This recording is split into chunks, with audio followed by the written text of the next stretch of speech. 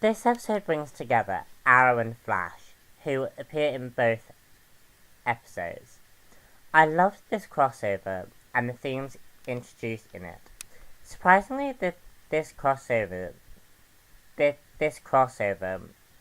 mirrors the relationship that Batman and Superman have in the comics.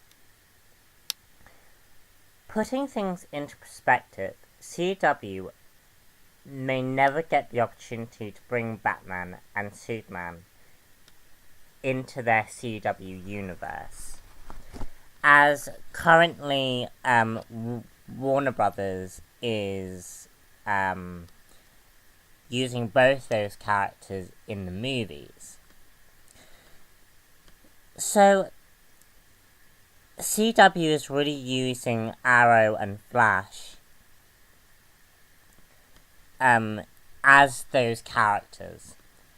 Flash is Superman, Arrow is Batman.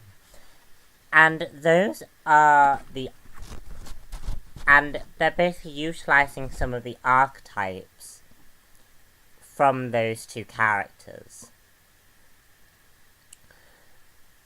And if you have ever wished to see a Justice League show, this crossover is a really good candidate to show you how the interactions for a team in the Justice League would be in this CW universe. The dynamics between Oliver and Barry were great, and a lot stronger than the first interaction they had in Flash Episode 1. Some of the characterization, however, is a little off, but I still really liked their interactions.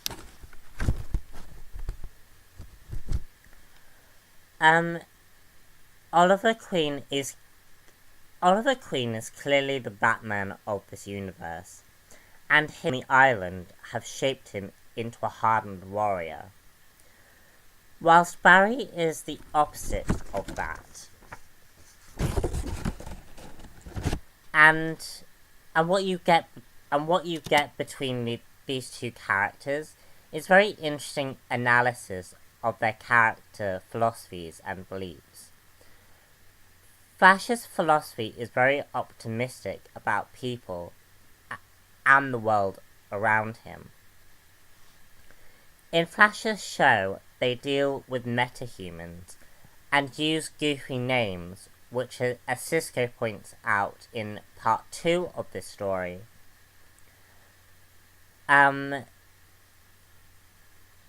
makes the actions of these metahumans seem very unreal. Almost like they're not in any real danger. Whilst Oliver and the rest of Team Arrow deal with the true dangers of superhero life on a day-to-day basis, there's a scene in the Arrow part of the crossover where Oliver talks about Waller's philosophy. And what this philosophy is it states that there are some people that only deal with the extreme, which is something Oliver has seen firsthand multiple times. Whilst a lot of this was intriguing, the show, however, does side a little bit too much on Flash's philosophy, rather than leaving both sides open-ended and up for the viewer's interpretation. Oliver isn't wrong in his views, and neither is Barry. They just have differing sets of opinion, and I felt like it should have been up to us as viewers to decide which philosophy is right and which philosophy is wrong. Or accept that both of these characters have very, very valid points.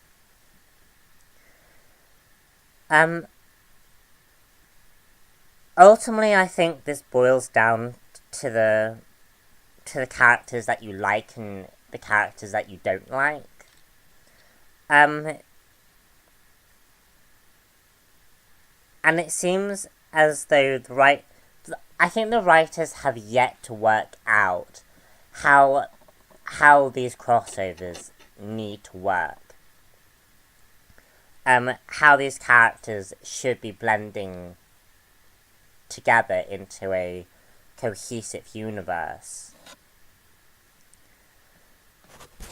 The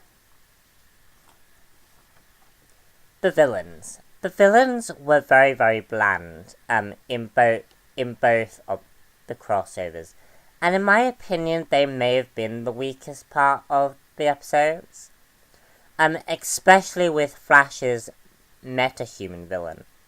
The metahuman was very weak and didn't make a big impact for Flash's episode. The metahuman serves two purposes.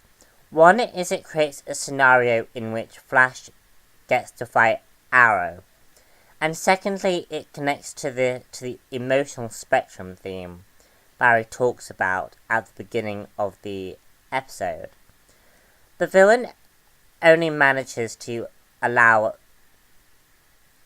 for a contrived plotline where Eddie Thorne creates a task force in order to hunt down the Flash. But it did lead to an awesome fight between Flash and Arrow, so I'm not going to complain there.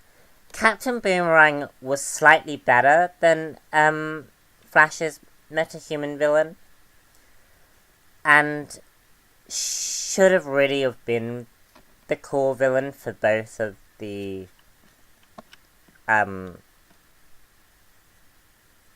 stories. For the crossover, he was a very, very good villain, and added a real sense of danger for these heroes to overcome. His quips got a little old, though, but I still liked him. Another element that I didn't like, though, was the way Oliver's child was revealed to us. Oliver seeing the girl he got pregnant in season 2 felt very rushed, and I felt like it should have been a lot more impactful,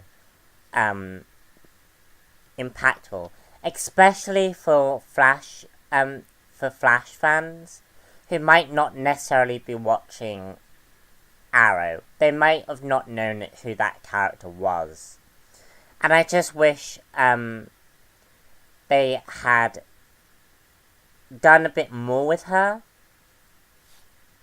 or maybe left her in Arrow. But it does look like a very interesting plot twist, though, for the future. Thematically, Connor Hawke would work for this season, in Arrow, and I hope we get a chance to see, that actress return and really bring back,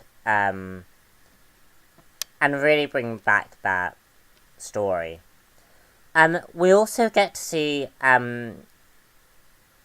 Ronnie, aka Firestorm, at the end of Flash's episode, which was a great little tease for us fans. Despite the problems I had with the crossover, I did really, really enjoy it, and hope that improvements can be met in the next crossover. So, I'm Robin, that's one here, and I shall see you later for another Flash and Arrow Review.